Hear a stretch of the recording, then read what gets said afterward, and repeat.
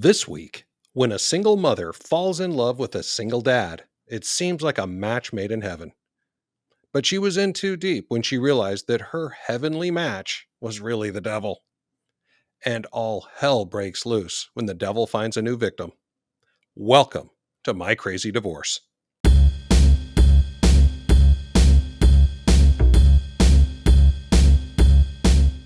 I'm a failure as a husband. I'm a failure as a man. It's just, I'm beautiful and I'm bright and I deserve better. It's a great day, I'm feeling good. Oh, the possibilities of what I could. Oh, do with the world at my fingertips. My imagination brings a smile up to my lips. Hello, and welcome back to another episode of My Crazy Divorce. I'm your host, Tom Milligan, coming to you from the My Crazy Divorce studios here in Panama City Beach, Florida. And as you know, when I say studios, I really mean my one-bedroom condo across the street from the beach. Before we get to the normal housekeeping and the story, I want to thank you for all of your mostly kind messages asking why I took a few weeks off. Trust me, it wasn't on purpose. Let me explain real quick. Two things happened, one right after the other, that forced me to take a break from producing the show. First, my computer just flat out died one day. Now, my laptop is my backup machine, but it can't run some of the editing software I use, so I had to wait to get my bigger machine fixed. That process was a total joke and took 3 weeks. But what really sucked is that even after 3 weeks, the problem still wasn't fixed. So I ended up just replacing the machine and reinstalling the software. So that's all good now.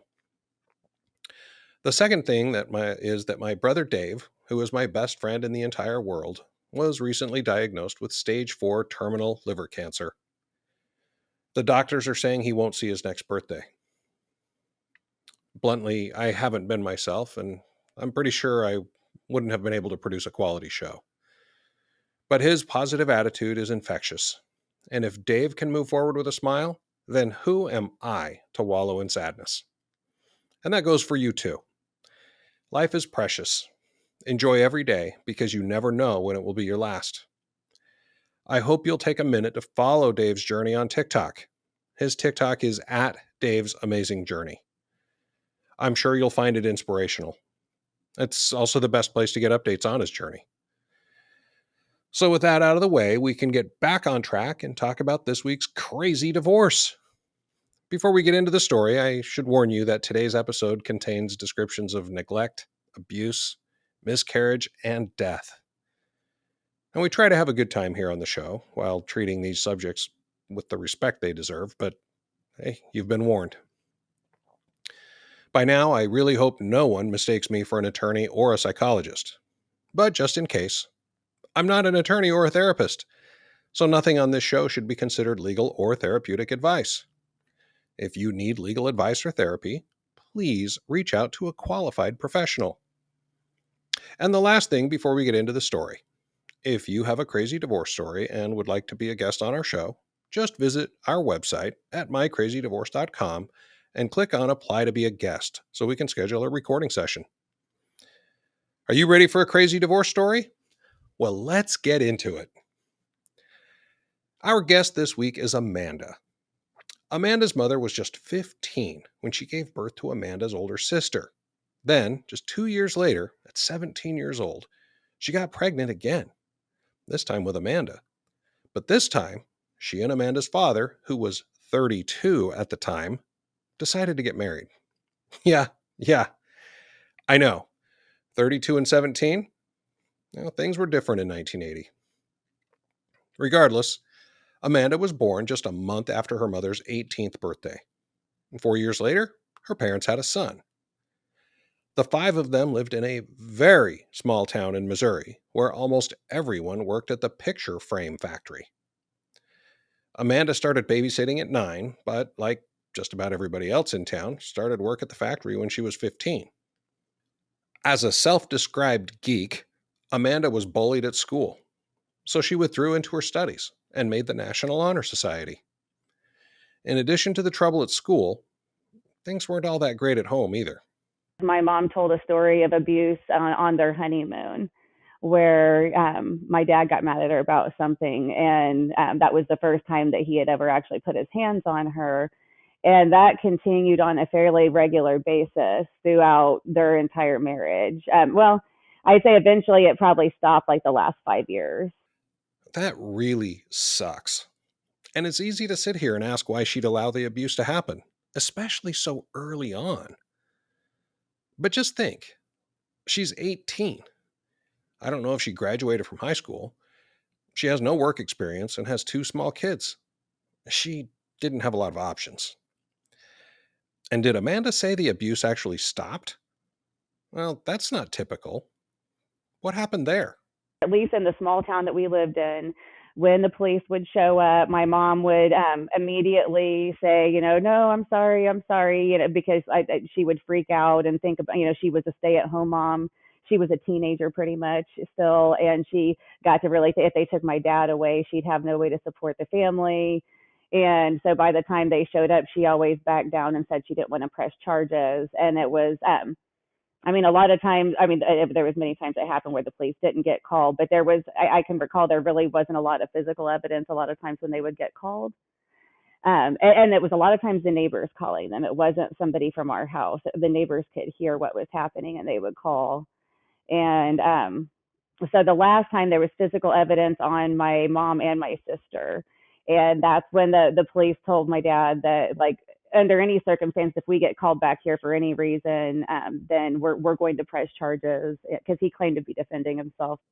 Defending himself, my ass. I guess the threat from the police finally scared him straight. Too bad it took 15 years. Amanda's parents stayed together for another 5 or 6 years, but they weren't happy years. In case you're wondering, the abuse wasn't reserved just for mom. I sat back in horror and watched as my dad abused my mom. I was also maybe not as severely abused as her, but all of us children were pretty badly abused ourselves. So I had spent my whole childhood being thrown around and knocked around and having to hide bruises. That's just tragic. And I know I say this every time we have to deal with abuse, but men, if you're abusing your wife and kids, you're a coward. Get help. And for the love of God, stay away from your family until you've gotten that help and are a real man. When Amanda was about 12, she met a new friend. They became best friends and shared everything. She was like my first really close friend, and I spent a lot of time at her house. And one night, and her stepfather just beat the tar out of her mom on a weekly basis. At least we almost joked about it and said it was Thursday night fights. I love how people are able to cope with tragedy through humor. But humor is just a coping mechanism. It doesn't solve the underlying problem. One night he strangled her, and then he pulled the car into the garage, left it on, and the two of them passed away as a result of one of these fights. And that was such a moment burned into my soul. I just can't believe shit like this happens. I mean, I know it does. But come on. And I made a vow at that point that I would never be abused like that. That I would never, it might happen once and I would feel sorry for the person that did it.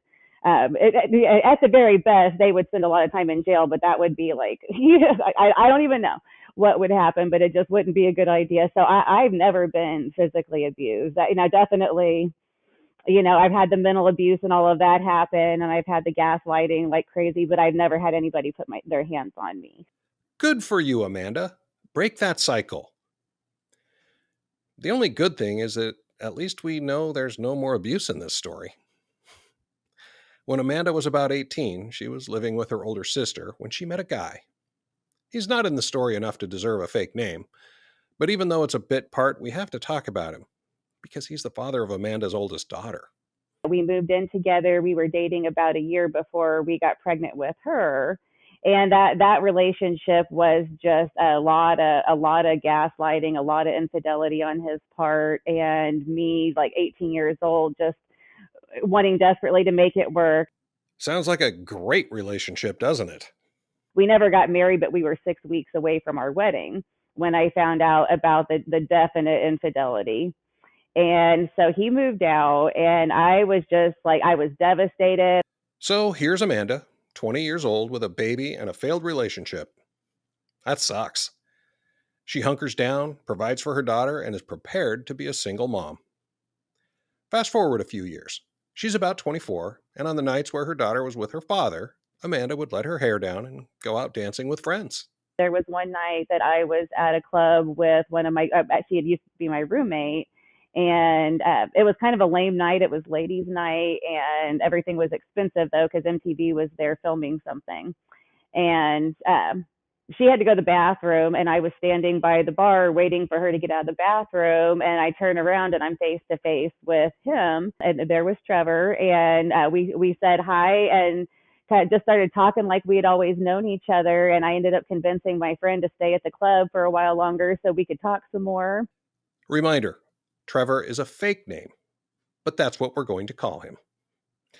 Regardless of his real name, Amanda, which incidentally is a real name, is obviously quite smitten. But she's also painfully aware of her parental status and that most guys her age weren't looking for an instant family.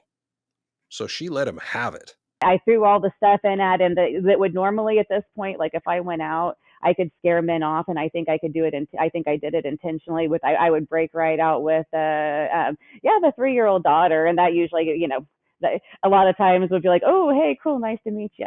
And what he said when I told him I had a 3-year-old daughter was, oh, cool, well, I have 2 daughters. I have a 3-year-old and a 2-year-old. I'm like, oh, okay, well, all right. Well, I certainly can't hold that against somebody since I have a kid. Wait, he's cool with it? Well, that backfired. Time for plan B. And then I remember telling him, because I had a little bit of a buzz. I was like, well, I'm not going home with you tonight, because that was something. Oh, he offered to buy me a drink, and I had learned if a guy buys you a drink, I hadn't been going out to the bar very long, but one of the things I had already learned was if you accept that drink, there's expectations. Aha! The no sex play. Well done, Amanda. That's got to send him packing, right? I threw that at him, and I figured, like, boy, if anything, he's going to be like, well, she's weird. But instead, he was just like, well, good. I wouldn't respect you if you were willing to go home with me tonight. I'm like, okay, good answer. Well, he shot his shot, and all her defenses missed. So she gave him her number. He called me the next day, and made plans to hang out with me right away. And with my previous relationship, I was constantly on the back burner, always, like very, very last priority. And so this was new for me and meant the world to me. Like when he said he was going to call, he called. When he said he was going to show up, he was there on time. And he just seemed like he couldn't get enough of me. Not gonna lie, Trevor sounds like husband material, right? So just who is this Trevor character anyway? He grew up in a small town as well. It's Independence, Kansas, and it seemed like his family was kind of, I guess, maybe a little on the wrong side of the tracks in town, and so he had a little bit of a tumultuous life himself. He was the only boy, and he was fairly catered to, at least. So his family wasn't extremely well off, but he kind of tended to get his way quite a bit. He had one sister, and then he had a brother that was from, I guess, an affair that his father had had. So he had a brother that wasn't much older than him that kind of happened during an affair. Of course, we can't blame Trevor for his non-traditional family, but Trevor, like all of us, is made up of his life experiences, good and bad. So keep that part about him being catered to and getting his way in mind as we hear the rest of the story. Okay, so Amanda's dating this amazing guy that shows up when he says he's going to show up, and he couldn't get enough of her. Sounds great. So how did she deal with it? I just ate that up. Well, like I said, sounds great. Now what? I would say, like, he was pretty much staying at my house every night within a month of us meeting. And no, like he didn't move his stuff in, but he'd bring a bag, and it'd always be he'd give me a call on his lunch break at work and be like, hey, cool if I swing by, and then I'd be like, oh, whoopsie daisy, it's late. Oh, I'm gonna go ahead and stay the night. And it was just a lot of that. Amazing. Good for them. Sounds great. I think John Cougar wrote a song about these two. But as you already know, it can't last. Otherwise, I wouldn't have a show. Well, here we go. the relationship's going strong, and man, we had so much in common. I told him my favorite color. It was his too. We had the same favorite songs, the same favorite movies. I would always say mine first, if you kind of can imagine where I'm going with this. But boy, couldn't be more perfect together. Like, he liked everything I liked, and it was great. Did you catch that? Feel free to rewind 15, 20 seconds and listen to it again. See if you hear it. Trevor is using an abuse tactic called mirroring. According to medium.com, mirroring is when someone gives tons of affection and empathy, acting like they're passionate about what you're passionate about to improve your connection and make it seem deeper than it is. While this may sound understandable or somewhat innocent at first, the reasoning behind it is what's problematic. People sometimes mirror others, especially those who are emotionally vulnerable, to get their guard down. They know exactly what you need in a relationship and withhold it at certain times to get what they want. And remember, Trevor's been getting what he wants his entire life. But Amanda doesn't see it yet, and she's falling in love. So I introduced him to my daughter, and that goes perfectly, and she likes him and he plays with her, and beautiful. And then I make plans to go meet his daughters because his daughters were living 4 hours away with his parents. Wait, what? He had a situation with his, and I found out soon to be ex-wife, because the divorce was not final. They'd been separated for a while. But according to him, she was the most classless, low life, trashy, slept around with everybody. He wasn't sure the kids were his, type situation, and just the lowest of the low that you could possibly get. So she wasn't capable of caring for the children. So the two of them left the children with his parents, and they were 4 hours away while both of them were living in Kansas City. And so I went to meet his daughters one weekend after it had been a few months in, and they immediately clung to me. I felt so bad for them. Like, it just destroyed his heart that he was so far away from his kids. Damn, there's a lot to unpack there.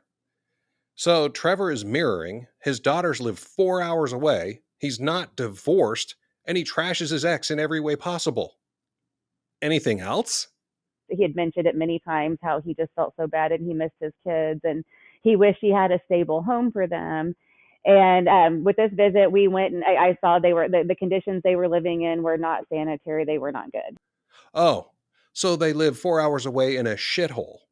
Meanwhile, Dad's out meeting women at the club. That doesn't add up for me. If my kids were forced to live away from me, I like to think that I'd work 3, 4 jobs and save every penny to make sure they're with me. Turns out, it's not just a shithole. They smoked inside. They had a lot of pets with a lot of pet hair and a lot of urine and a lot of other messes not cleaned up. Mold in the sippy cups. Yeah, I mean, they're older people. His mom was significantly overweight, and so there's no way she's keeping up with these toddlers. Dad's a chain smoker in the house, and also not in good health. And so my heart broke for these girls. If anything, I thought, like, I need to call CPS if I don't do anything else. But now I'm in love with this man. So Trevor's kids are living in a smoke-filled, unsanitary home with an older woman that couldn't properly care for them. And great job, Trevor. At least you got Amanda to fall for you. But where's Mom? She definitely had some issues, and was not capable of by herself taking care of the girls. It was more, she was like, had maybe the maturity level of a 12-year-old. As far as I went, like, she was a very sweet lady, but she was not. You could tell kind of with the way that she was raised, she wasn't capable of taking care of them by herself. Now, to be fair, Trevor is 3 years younger than Amanda, which means he's just 21 at this point of the story. And so is his soon-to-be ex-wife. If you do the math, that means the girls were born when they were just 18, so neither of them really had a chance to grow up before being parents. Regardless of the underlying reason, Trevor's daughters were very quiet and didn't open up to anyone. But apparently, during that first visit to see them, The girls really took to Amanda. He went on and on about how much they loved me, how like he couldn't believe how much they were talking because they would never talk. And they were talking to me, and he was, he said he would just give anything in the world if his daughters could have a mom like me. Wow. If Trevor was just trolling for a mother for his daughters, he's pretty good. It reminds me of a story from when I worked at McDonald's in high school. One day during my senior year, I arrived at work and was introduced to a beautiful girl named Barbie, no lie, who had just started working that day. My teenage lizard brain immediately began making plans to ask her out. Barbie did to me exactly what Amanda did to Trevor. She scared me away by letting me know that she was 24 years old and had 3 kids. I don't recall her telling me if she'd been married, but she did tell me that none of the kids had the same father. And it worked. We became work friends, but I never even considered dating her after that. But just 2 or 3 weeks later, another work friend named Paul, a junior in high school and dressed in blue polyester McDonald's uniform, invited me to their wedding. I'm positive I didn't react well. In fact, I bet him $1,000 it wouldn't last 6 months. But anyway, as we flipped burgers that afternoon, he told me that when they first started dating 2 weeks ago, it was just for fun, and that neither of them were looking for anything serious. Remember, she's 24 and he's 17.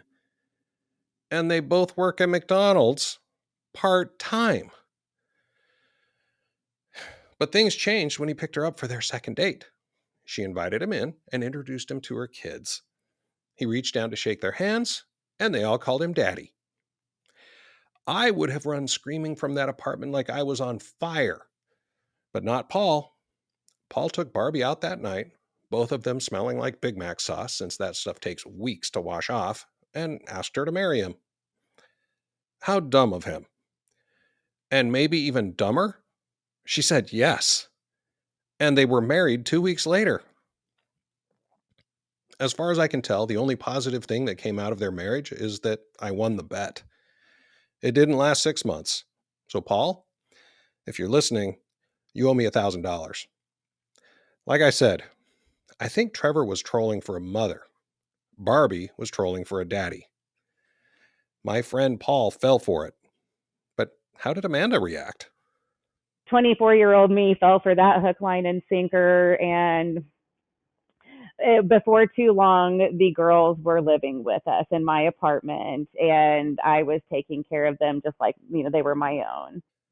I don't see this ending well at all. But sadly, neither did I was already seeing red flags along the way at this point with him. So moving the girls in, like I wasn't feeling great about it, but at that point I had said yes. Uh-oh. Red flags. We know she's ignored a bunch of them, like his upbringing, teen pregnancy, and living 4 hours from his children while going out to clubs to meet women. So what other red flags were there? He had a temper, like not towards me at all at first, actually, but I had seen it a few times, like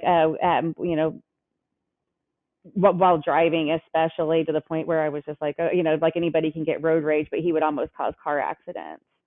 Like he would almost chase somebody off the road, slamming on brakes and all of that. And then he did that once with his daughters in the car. Okay. Add road rage to the list.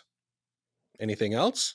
Then there was another time where I saw him get out of line with his daughter, his oldest daughter. And I said something to him about it, but he apologized and said, that's not something that I would normally do. I feel so bad. And so I was like, okay, well, every now and then somebody has a bad moment. At least he seemed to learn. I don't think he really learned anything, do you? I think he just learned to hide it better. But who knows? Maybe I'm wrong. Next. I would get some really interesting stories from him, some really far out interesting stories that I'm actually really good at telling when somebody's full of shit. And so my bullshit meter would go off, and I would ignore it and tell myself, I'm not a psychic. I don't know if but there would be like that. Oh man, that story doesn't, that this that doesn't line up.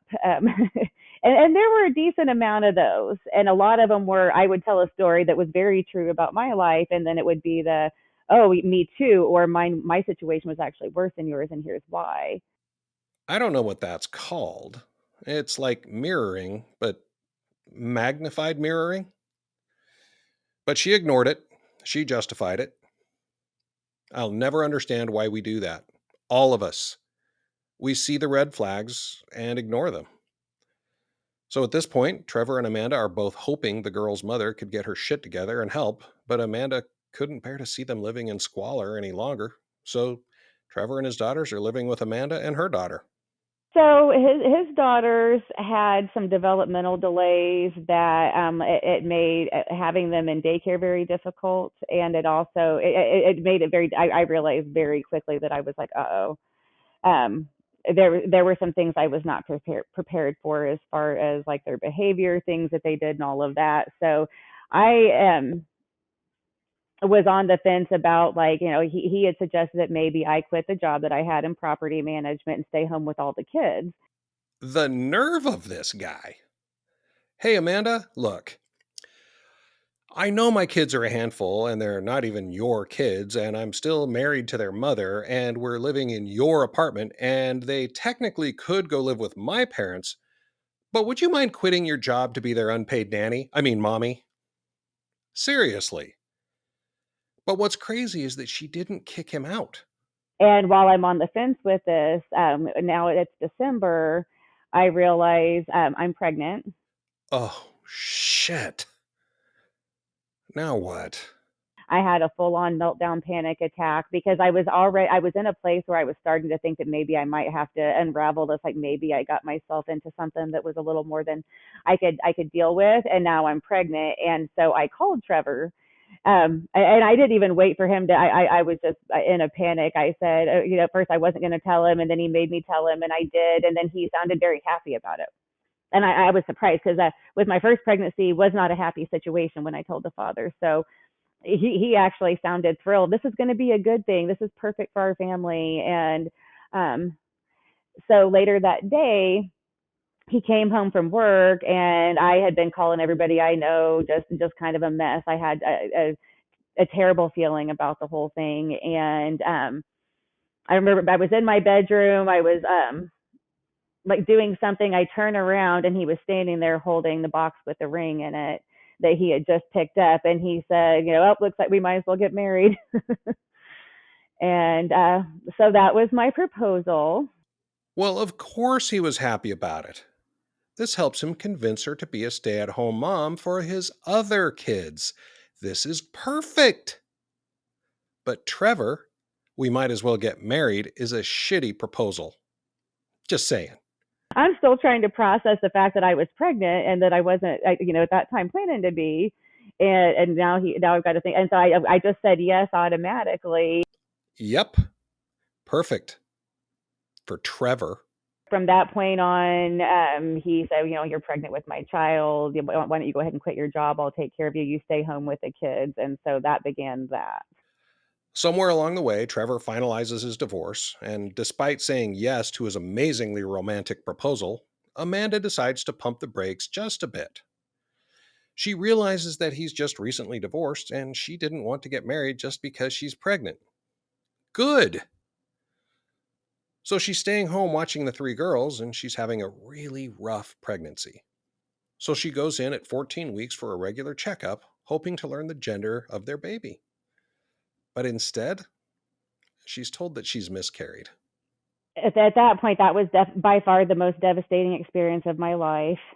And I struggled really hard to come back from that. And so I wasn't in a good place to make any decisions about anything. I was still trying very hard to be the best mom in the whole world to these kids that at this point, they, if I gently asked them not to do something, they would scream, cry, and have complete meltdown. So it was just crazy.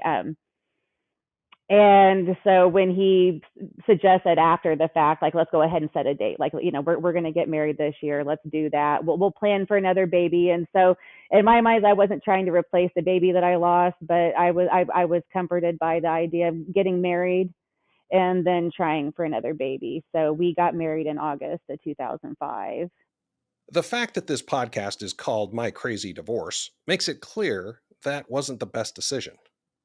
But it's hard for me to criticize her decision because it's literally impossible for me to put myself in her position or state of mind. But they go ahead and get married. Since she was staying at home with the girls, money was pretty tight. So they worked together and had a fun but simple and cheap wedding.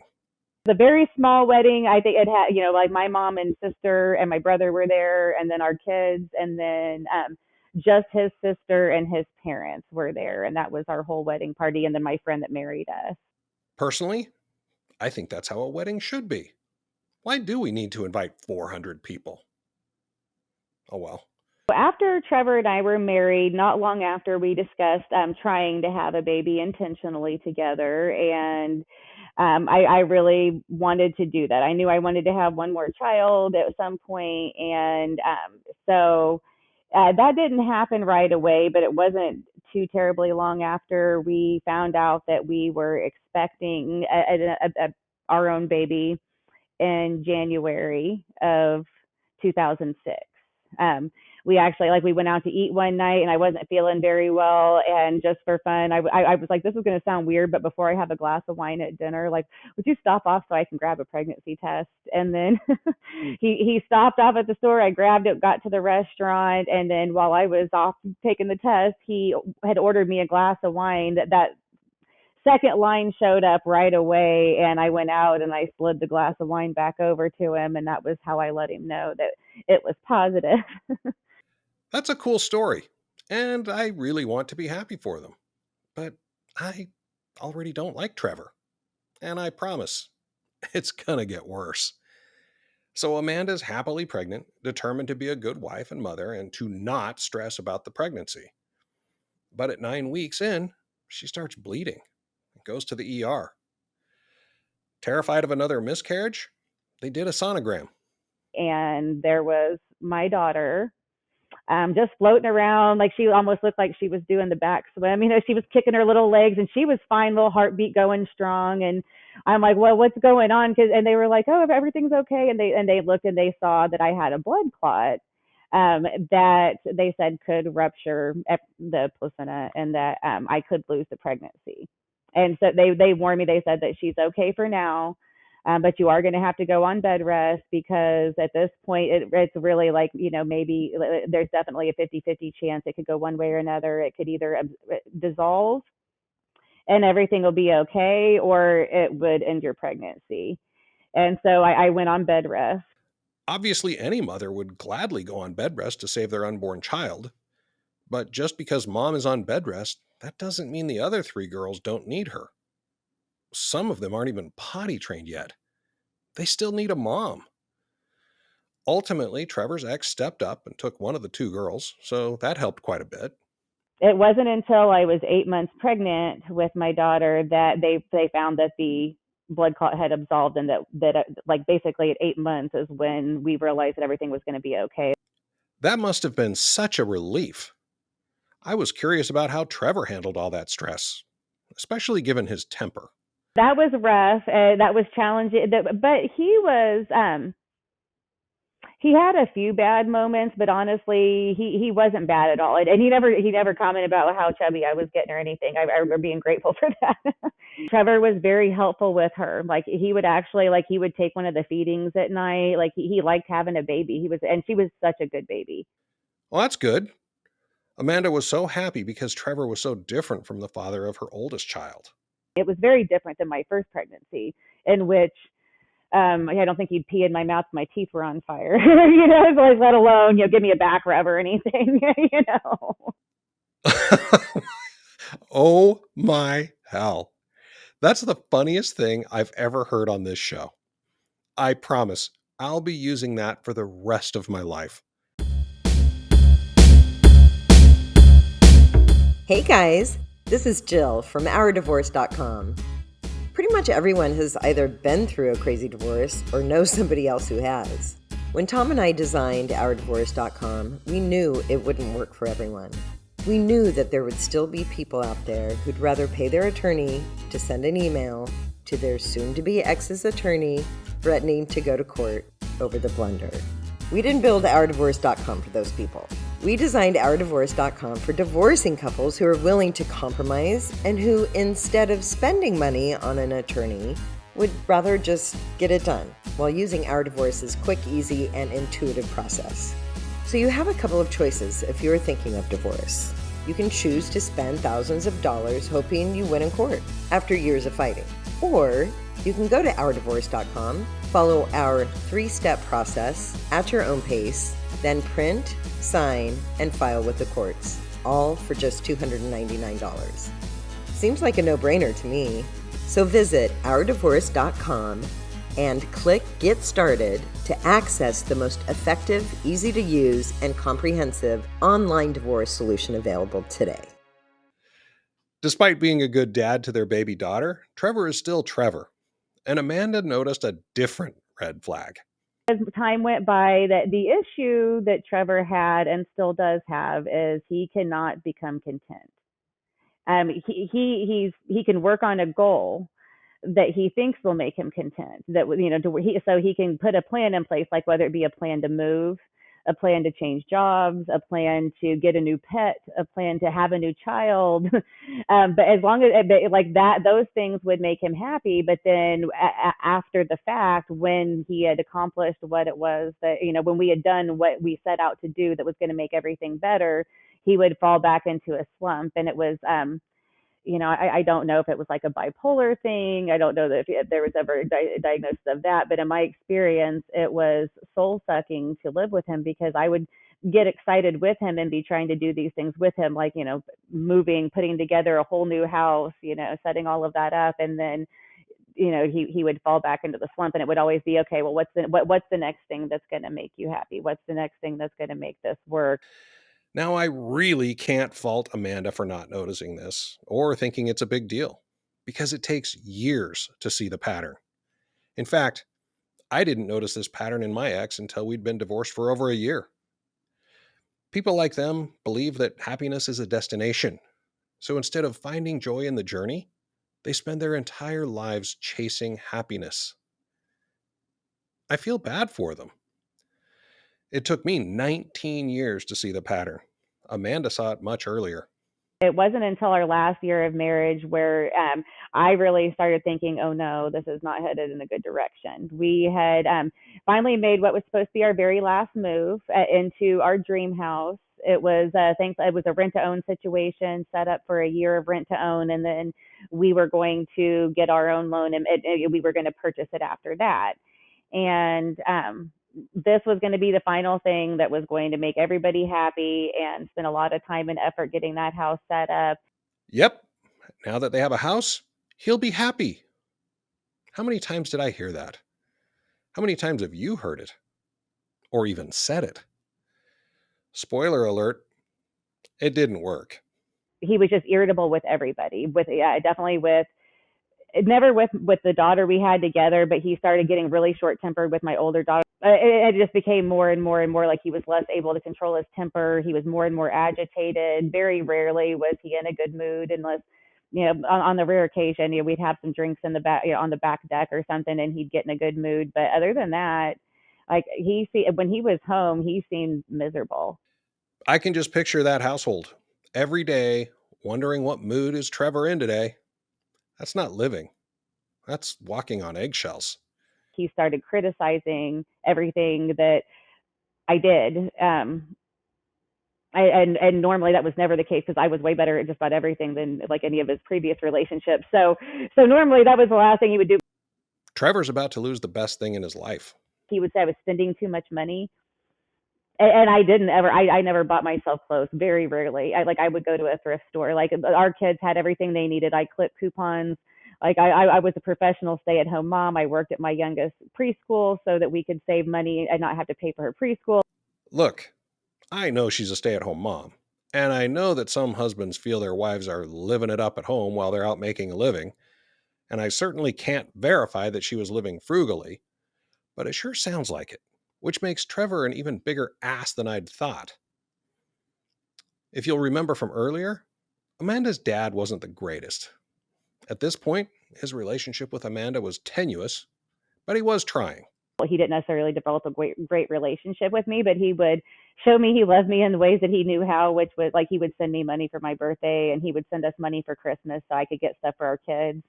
And on my birthday, he sent me $200, and I said I wanted to go out and get a babysitter, and I wanted to, because we never celebrated my birthday. So I know I was like, I'm going to quit waiting for somebody else to plan something. I was like, I want to go out to, I want to go sing karaoke. I want to have my friends come out. I want to have drinks. I want to dance. And I want to buy a new pair of shoes because I had not had a brand new pair of shoes in years. And so I said, with the money my dad sent me, that's what I want to do. And he, the whole night, was upset with me. We've heard some crazy stories with some pretty shitty people involved, but for some reason, Trevor pisses me off as bad as any of them. That even seems to have been a turning point for Amanda. That hurt me. And I realized, like, this is the person that I'm married to. Finally got to a point in my life where, like, I deserve better than the treatment that I've gotten. And I took, second class treatment from him all the way up until that point without even thinking about it. But that was the first time it really struck me. Well. Trevor finally pushed her so far that she realized he was pushing.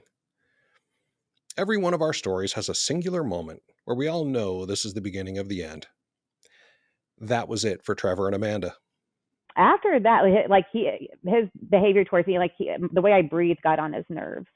Like I started staying out of the room with him because I couldn't figure out like what it was exactly about the fact that, he just couldn't stand me. And we're getting close to the end of our lease with the house, and we're going to have to buy the house now. And with the way things are going, it's like, there's no way. Like I knew, we need to go to counseling. We need to fix this. Like that, like I would hate for him to pull in the driveway. I'd start to get that sick feeling in the pit of my stomach when he'd pull in the driveway, like I used to when my dad came home. And I won't live that way. Good for her. Nobody, including Trevor, by the way, should have to live that way. So in March of 2012, Amanda gets a sitter and buys a bottle of wine. When Trevor gets home from work, she invites him out on the back deck and pours out her feelings. So I said, if you're unhappy, I understand that. I'm not going to force you to stay in this marriage. I won't force you to stay with me. I said, if you don't, I just don't know what to even do to fix it because I don't know what I'm doing wrong. And I was like, but I said, at this point, I said, anything you can tell me right now, as long as you're being honest, I can understand and we can work through it, or I can forgive it or whatever, but like, we will be cool. I was like, I just don't want to find out the hard way that you're lying to me about anything. And he had enough of a buzz that he decided to confess to me that night that he had been communicating with a female that he used to go to high school with back in the day that he reconnected with on Facebook. What? I thought Trevor was just a manipulative douche. Now he's talking to an ex from high school behind Amanda's back? Amanda somehow kept her composure and asked, I'm like, so what does that mean? Like, is this a friend of yours? And he said, well, yeah, he's like, I haven't stepped out. He's like, she lives 4 hours away. He was like, so, I haven't gone to see her or anything. He was like, we've just been messaging back and forth. And, she's just been there for me through a lot of really stressful situations. And so that might be why you feel like, I'm pulling away from you or whatever. And I was like, okay, so here's a point where I'd like you to be really honest with me. Do you have romantic feelings towards her? And he was quiet. And just the way that he reacted, I had my answer. And he said, yeah, it's gone past the point of friendship as far as feelings go. Well, at least he admitted it. When my ex started her emotional affair, I was frantic, almost manic, because I didn't know that an emotional affair was actually a thing. I naively believed that since they didn't have sex, that I could still save the marriage. And she didn't admit that it was more than a friendship for months. Thankfully, Amanda's smarter than me.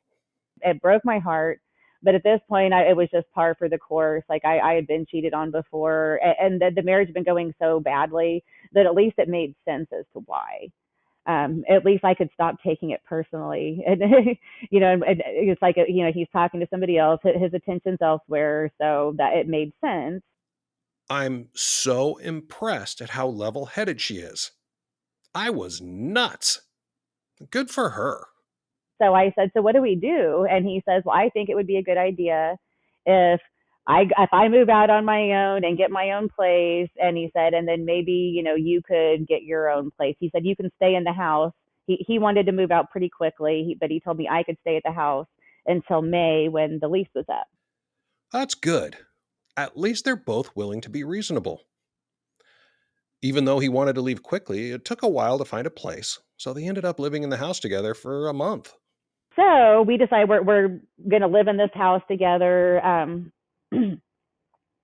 And just try to be cool with each other. But in the meantime, he's making plans on moving out. I made plans. I secured a job as a leasing agent at a nearby apartment community, since that's what I did for a living before. And they had an apartment ready for me, but it wouldn't be ready till May. So I was definitely stuck in the house until the lease was up. He stayed there for about a month after we decided to separate. And it was awkward. Like, I don't know how people do that. Like, the people that think that they can live in the house together when they know they're going to separate, like, it's just the worst feeling ever. It's so bad and so awkward to be in the house like that. I'm sad that it was uncomfortable for her. When my ex and I split, we lived in the same house for a month as she packed up to move across the country with her boyfriend. That month was the most healing experience I'd ever had, because while she'd become detached from me months earlier, it took that month of seeing and experiencing her detachment from me to begin the detachment process for myself. At the time, we were getting along very well despite the awkwardness. And we sat and discussed, to pretty extensively how we were going to handle the separation. Like, at first, we weren't even planning on necessarily getting divorced. We were going to separate. He was maybe going to explore his feelings and all of that, and see, I guess, if there was anything with this other woman. And then, but we might go to counseling, we might be able to work everything out, but we're definitely going to move into different households. And so we sat the kids down one night after we had talked about how we were going to present it to them. We explained it. We tried to explain it in a way of, like, it's not a huge deal.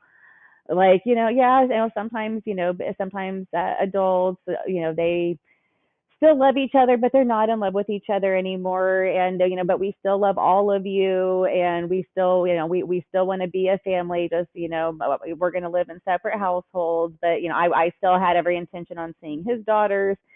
He told my daughter, like, oh yeah, you'll still come spend the night at my house. And so, like, the way that and I believed it 100%. Like, that I meant every single thing I said, about what we were going to do. Like, that he and I were going to still be friends, that no matter what, we were going to get along and we were going to co-parent. Sounds like a dream, right? Well, not on this show. Anyway, Trevor moves out. He goes to where this, woman is that he's getting feelings for. And apparently when he showed up, what she was selling online wasn't what she had waiting for him when he showed up in person. She had, I guess, a house that made his parents' house look like the Elms. He said, there wasn't a place to sit where there wasn't, either, cat pee or, whatever. She was quite a bit heavier, like quite a bit more aged than her picture let on, like obviously it was an old picture that she used. We'll put it like that. I'll bet everyone listening can guess what happens next.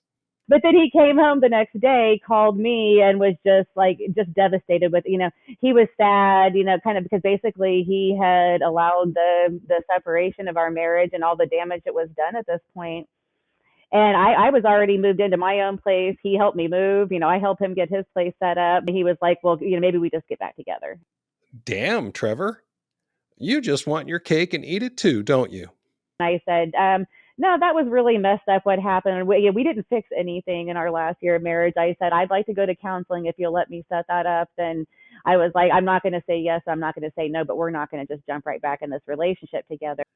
Good for her. I think Amanda's getting her shit together. Maybe Trevor can look inward and fix his shit too.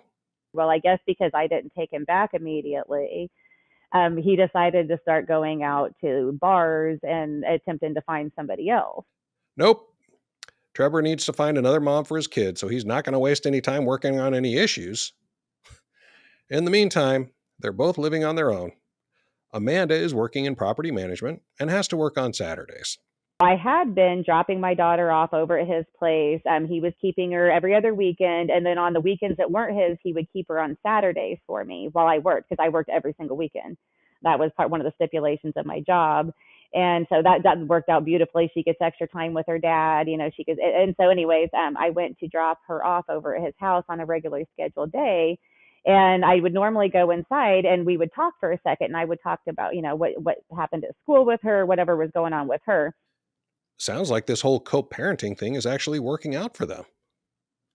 But that changed overnight as she drove over one Saturday morning to drop her off.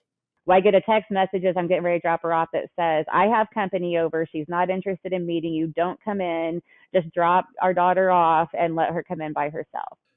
Up until that point, his texts had always been friendly and even flirty. But that text instantly changed the tenor of their relationship. But neither one of them knew it yet. I was second guessing myself, like, should I say something like he's going to introduce somebody to my daughter that immediately says that they don't want to meet me? But instead, I let her out of the car and let her go in. And then I went to pick her up, and he comes out to the car, and he says, okay, so I need to let you know that our daughter met my new friend, Misty. Good communication. He said, and oh, by the way, he was like, our daughter accidentally called Misty mommy. And I said, okay. I said, what is your point? I said, and you immediately corrected her. And he was like, you don't need to get defensive like that. I said, I didn't know you were dating anybody. And the way that you introduced her to me is to tell me I'm not allowed to come up to the door. That may not have been the best way for her to handle it, but I get it. Heat of the moment. Then I got a text after the fact saying that I was just way out of line and that I needed to get over it and that he's going to date and that I'm just going to have to suck it up and deal with it. Suck it up and deal with it? That's not right at all. I knew Trevor for 8 years. We were married for like almost 8 years. And I knew like his text messages, I like his emails and all that very well. And there are certain ways that he used sentence structure, certain words that he used, certain words he didn't use, all of that. Every time I get a text message from him, it's rude, it's combative, it's like, say, interestingly enough, completely sentence structures have changed, verbiage has changed, and all of a sudden, Trevor goes from being very, very friendly and amicable to sounding like a rude bitch. At some point, it got to where he was no longer the one texting me. Great. So Misty has taken over the communication. Keep in mind, Amanda and Trevor are still married. Any arrangements they've made are just verbal. That includes any child support or parent time. Not too long after they started dating, I got a message from him saying that he wasn't going to be paying me the child support. And so it begins. More messages come, one right after the other. I was a money hungry, selfish. I was wanting to take all this money for myself. He was no longer going to be used for free daycare. That was my problem, to find daycare for those days. Sounds like Trevor, and by Trevor I mean Misty, isn't happy with their arrangement. That was when I began to realize that the wonderful little scenario, the picture that we painted for the kids on what our separation and divorce was going to look like, was going to be very different. That's just too bad. It really seemed like their pre-Misty relationship was cooperative and that they could have remained friendly. I've been told that I'm ridiculous for accusing her, for me, assuming that it was her fault and all that. But I know when things changed. And they can say, I know that she believes that it's not her. I know that Trevor tells her that it's not her. And I know that he knows that it was. Yeah, I think we all know it was. I would even say, like, why are you acting like this? I can't help but feel like you're being influenced. And then I would get lashed at, don't you dare accuse Misty. She has nothing to do with this. You're the one that, you're just jealous because our daughter has bonded with her. Oh, good one, Trevor. Play the jealousy card. Well, within a month of that Saturday morning when Amanda wasn't allowed to come inside, Misty and her 3 daughters have moved in with Trevor. And the amicable divorce planned by Trevor and Amanda was heading for disaster. Remember when Trevor came home from his weekend with his high school girlfriend and he'd wanted to get back with Amanda? She didn't say no, Instead, she said, "Let's get counseling." There's no counselor that can fix that if he's capable of treating me this way just because another woman comes along like that. So I was ready to go with the divorce. I went ahead and reached out to an attorney first and got the ball rolling. I realized like the way that he is treating me now, I know I don't ever want to be with him again. Like this is disgusting. Good for her. And to everyone listening, even though we're sponsored by OurDivorce.com and we're big proponents of amicable divorces without using attorneys, this is what divorce attorneys are for. For a divorce to be amicable, both parties have to be willing to make it happen. At this point, Trevor is no longer willing, so Amanda is doing exactly what she should do to protect herself and her children. I had to save money for a retainer because I didn't have a lot extra. And so I finally did that. He got served. I think, from the sound that he was more than happy to jump in and get the divorce done. And but he had all these different stipulations that he wanted to start throwing, and then that were also just completely out of left field and not something we'd ever discussed before. And so so it became evident that they were going to start making the divorce difficult. Despite involving lawyers, Amanda is still hoping to get it over with and get on with her life. But Trevor's lawyer seems to be working to slow it down. I won't say that I'm perfect in the whole situation. There's never a case where one party is perfect. But since we all know what a dickhead Trevor is, let's see why she says that. A few months earlier, Trevor posted something about the separation on Facebook. One of the people who saw that post is a guy named Joshua, who used to be married to Trevor's sister, which means at one point, he and Amanda were sort of related by marriage. We didn't spend a lot of time together, like as a family, like it wasn't one of those type of situations where, it was this big tight knit family that spent all this time together. It was kind of one of those things, like I kind of knew him, but we hadn't hung out a whole lot. But he was a really nice guy, and I got to know him better like the last year that Trevor and I were married. They actually did come around a little bit more during that time, but things were going bad in his marriage, so he kind of had to distance himself because it was Trevor's sister. He reached out to me and he said not with the intention on trying to date me. He said, like, honestly, that wasn't where his mind was at with it, and definitely not where my mind was at with it. I've mentioned before that I've become close friends with the wife of my ex-wife's boyfriend. I know that's hard to follow, but my ex is living with a guy that's still married. It's a marriage of convenience, and they don't speak, but they're still legally married. Anyway, his wife and I became close friends since we were both going through the same thing, at the same time, involving the same two cheaters. We really helped each other get through a tough time. And even though I've never met her, I consider her a very close friend. I think Joshua was a godsend. Like it kind of like he began to reach out to me on a more regular basis, and I really appreciated having him to talk to. It's like I guess we, in a weird way, we could both relate because like the siblings had some things in common that made them hard to live with. And so he could understand in some ways that other people couldn't, some of the stuff that I was dealing with. He was also dealing with a bait and switch situation, and kind of like a messy divorce where kids were being drug into everything and being affected by it and all of that. So I'm being there for him. He's being there for me. Like I said, we're not at this. I noticed at some point that there's some flirtation going on. Hey, why not, right? He wasn't married to Trevor's sister, and Amanda wasn't going to be married to Trevor for much longer. Other than not giving yourself enough time to heal, what's the harm, right? Their personalities really clicked, and it wasn't just mirroring. And so their friendship grew. So while Amanda now had motivation to move things along, Trevor's attorneys were slow rolling the divorce, even though she was pretty much agreeing to whatever they wanted just to get it over with. My daughter came home after a visit, and she says, Mommy, guess what? Misty's going to have a baby. Oh, but I'm not supposed to tell you that. Oh, could that have anything to do with it? And I just called and asked him about it, and he immediately started, pretty quickly confirmed that, yes, none of my damn business, not my problem, but guess what? Now if I think I'm going to get all this child support, I'm not going to, because the divorce isn't going to happen until after this baby's born. so that he can include the baby in the child support, in that equation. And basically that I shouldn't have been grilling my daughter for information, that I'm a terrible person, that I'm just jealous, that he's finally found the right woman for him. And he yelled at me, he cursed at me, he called me names that he had never called me before that day. And I was just, I couldn't believe I'd been with this man for 8 years. At that point I was almost embarrassed I'd been married to him and didn't know what he was capable of, just that he was that low. Wow. I've heard of people having kids just to qualify for more welfare, but using your unborn child to lower your child support obligation seems like a new low.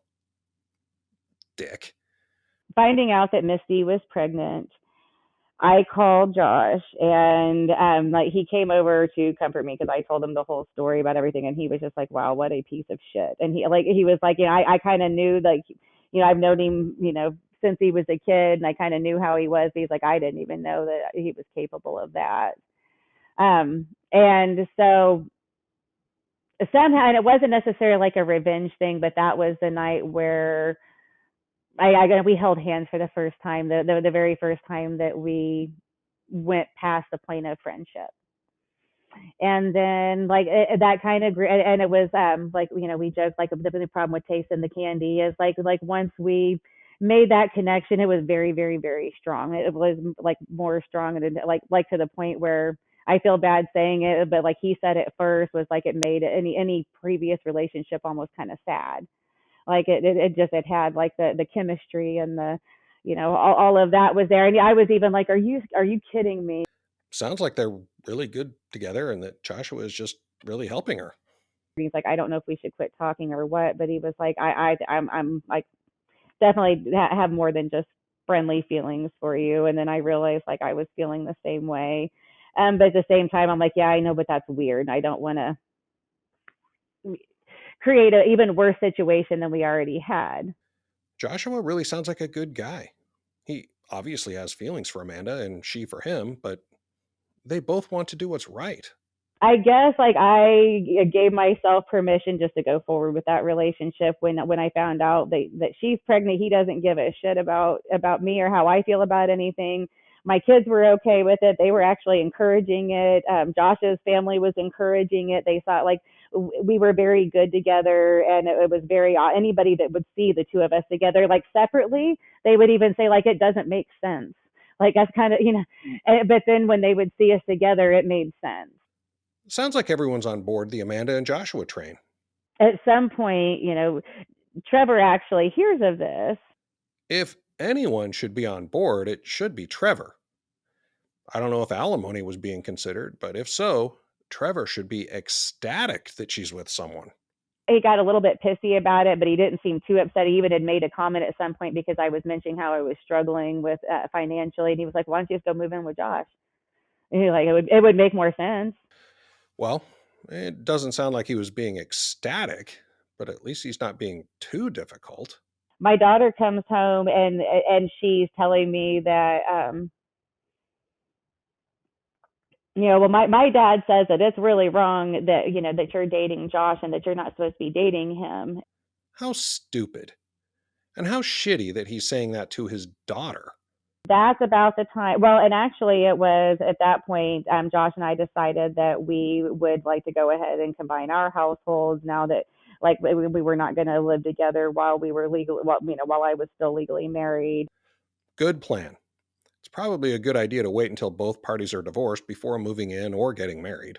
Then my daughter started coming home and saying that she was hearing all this bad stuff about me, about Josh, that she was told that Josh was the reason that Trevor and I had divorced, that we had an affair, and that was the whole reason of the divorce when he was. And of course, I'm not going to stand here and say to my 6-year-old, no, your dad is the one who was dating. So I never would do that. I would never. So there's things that my daughter, that I would never say to her, that no matter what he would say about me, I wouldn't retaliate by doing the same thing. Seriously, Trevor, just drop it. And leave the 6-year-old out of it. It still bothers him deeply to his soul. And apparently it affected Misty pretty badly as well, because all of a sudden I started getting text messages from her that were just rude and stunned. And they actually came directly from her, so I know they were from her, about just kind of what a terrible person I was as a mother, how it was wrong of me to, be with this person and put my daughter in this situation, and that she would be better off with them, and that they were going to fight me tooth and nail for full custody someday, and all of that good stuff. Project much, Trevor and Misty? So just to review, Trevor and Amanda are separated but still married. Trevor and Misty are living together. Joshua and Trevor's sister are divorced, and now Joshua and Amanda are together, but not living together. A few months pass and it's Christmas time. Trevor and Misty have Trevor and Amanda's daughter for the first half of Christmas break. When she comes to Amanda's house for the second half, she's wearing a necklace she'd received as a gift. During that week, she went to a friend's house to play. While she was there, she took off the necklace so it wouldn't get broken. And as we've all done, she forgot to grab it before leaving. Amanda noticed it was missing and figured she'd run over to grab it before seeing Trevor a few days later. But she forgot. And Trevor came to Amanda's office to pick their daughter up at the end of the week. I'm unloading stuff. She sees, I come out to the car and I see a look on her face as she sees me walk by to go to the car to get stuff. He's following me, talking to me, and he was like, "Oh, hey, where's her necklace at?" And I'm like, "Oh my gosh, I am so sorry." I said, "Seriously," I said, "it's still over at her friend's house. I will get it. I will make sure that you get it back by the end of this week." And he was like, "Oh, you were told to get the necklace back to us immediately when we picked her up." He's like, "It's not acceptable. We said we wanted this necklace back." And I was like, "Are you kidding me? I am giving you all of this stuff for free and you're going off." I said, "A cheap dollar store necklace." I did say that. I said, "You're going off on me." I said, "You are a piece of shit." I did say, and my daughter wasn't around, not the nicest thing in the world to say, but she was already in the car with Misty, and I straight up told him he was a piece of shit. And then I just stormed off. I go back into my office and I'm just like, ugh, and next thing I know, that my office doors bust open.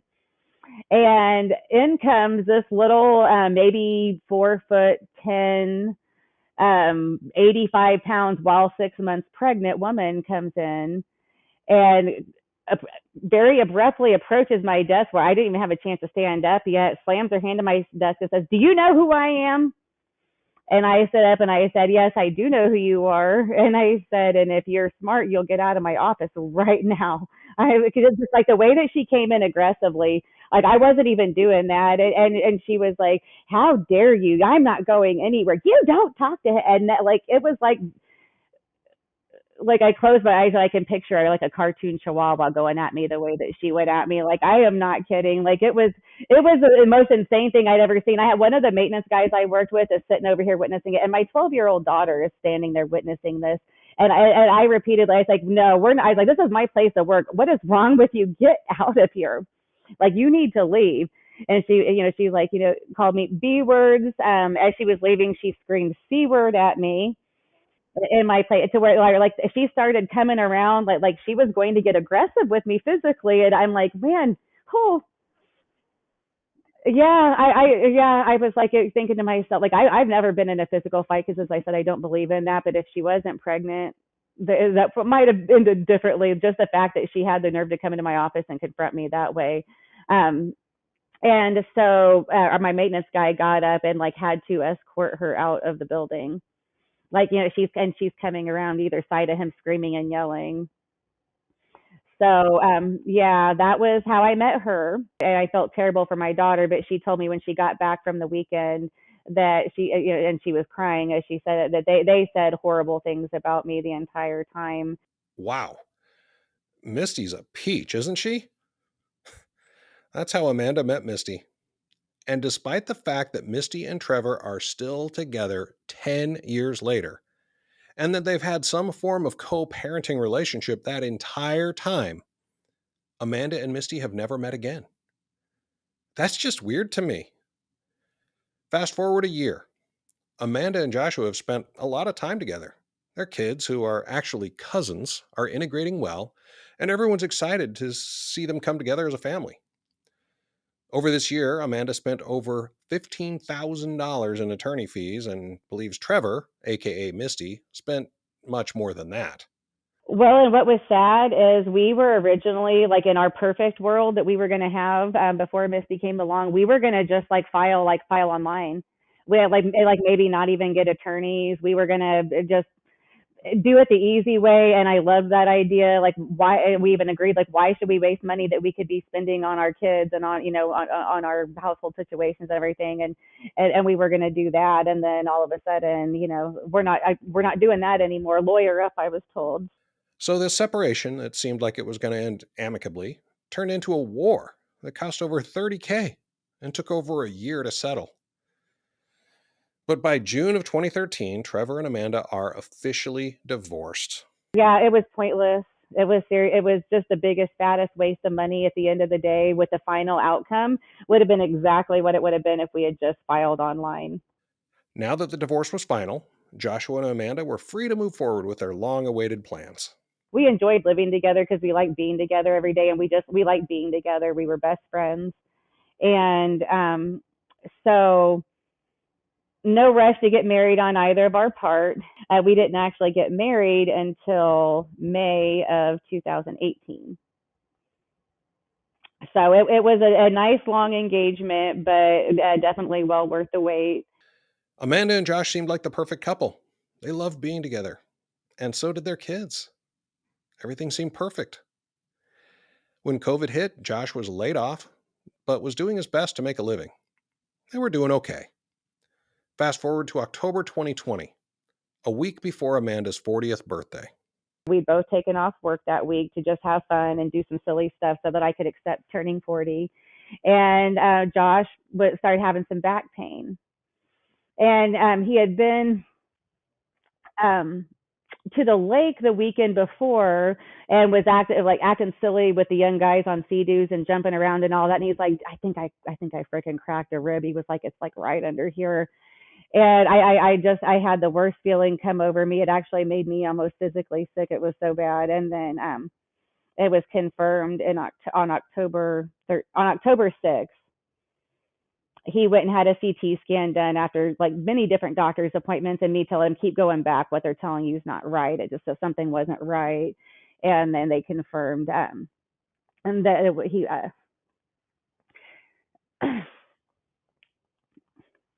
they confirmed that he had pancreatic cancer, and it was stage 4. When we got to this point of the interview, I had to take a break because, as you know from the intro, my brother was recently diagnosed with stage 4 inoperable liver cancer. Until now, this had always happened to other people, like Josh and Amanda. It's never happened to people I love. But now I have a much clearer picture of the devastation, and my heart goes out to Joshua and Amanda and everyone else going through it. But if I didn't like Trevor before, this next clip raises the hatred bar for me. I had to tell my daughters. And my youngest daughter at this point is 13 years old, and she goes and tells her dad, like, hey, and Josh has cancer, and I guess it's really bad, and they don't know if he's going to make it. And Trevor said, well, it's called karma. That's what he gets. I hope that made him feel good.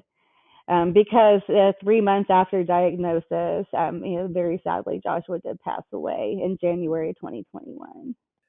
It's called karma, and that's what he gets. That right there is all you need to know about Trevor. He's truly irredeemable. So as Amanda said, I hope that made him feel good. And I'm so sad for Amanda. I'm glad they had 9 years together. She deserves happiness. As always, I asked Amanda what advice she'd like to share with you. Look at what you're doing is doing to your child, all else aside. Like, I don't know what exactly the motivation was for why the two of them decided to carry out things the way that they did and do what they did. But it didn't seem to bother them whether or not it hurt my daughter. And the divorces don't have to be so difficult. It really could have been very easy. Like, I'm a very amicable person. I'm non-confrontational. If we were both just being kind to each other and doing what was best for our daughter, then we would have never had an issue.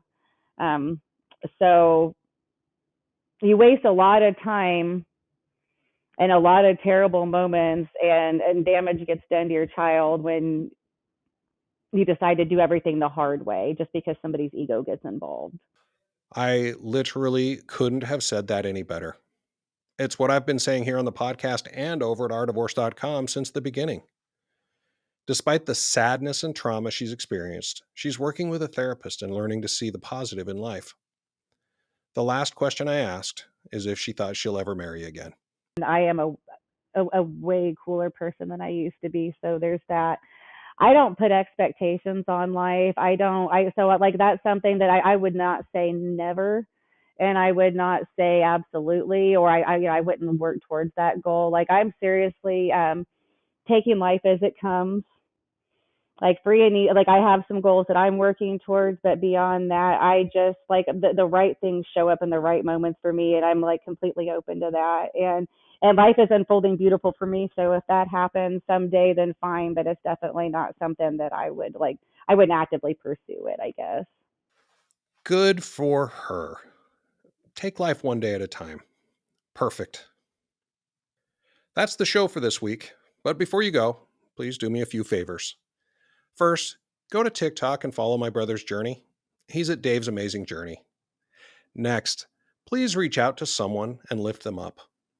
It doesn't take much effort or time, but if we'd all do that once a day, the entire world would be a better place. And finally, as I've asked during literally every show, please take just a minute to rate and review our show on whatever platform you're using right now. That's the best way to spread the word. If you're thinking of divorce, visit OurDivorce.com to see if it's the right option for your situation. And if you've been through a crazy divorce and you'd like to share it to help others, or just to make people laugh, please go to mycrazydivorce.com and click on the Apply to be a Guest button so we can schedule a recording session. I hope you have a great week. See you next time.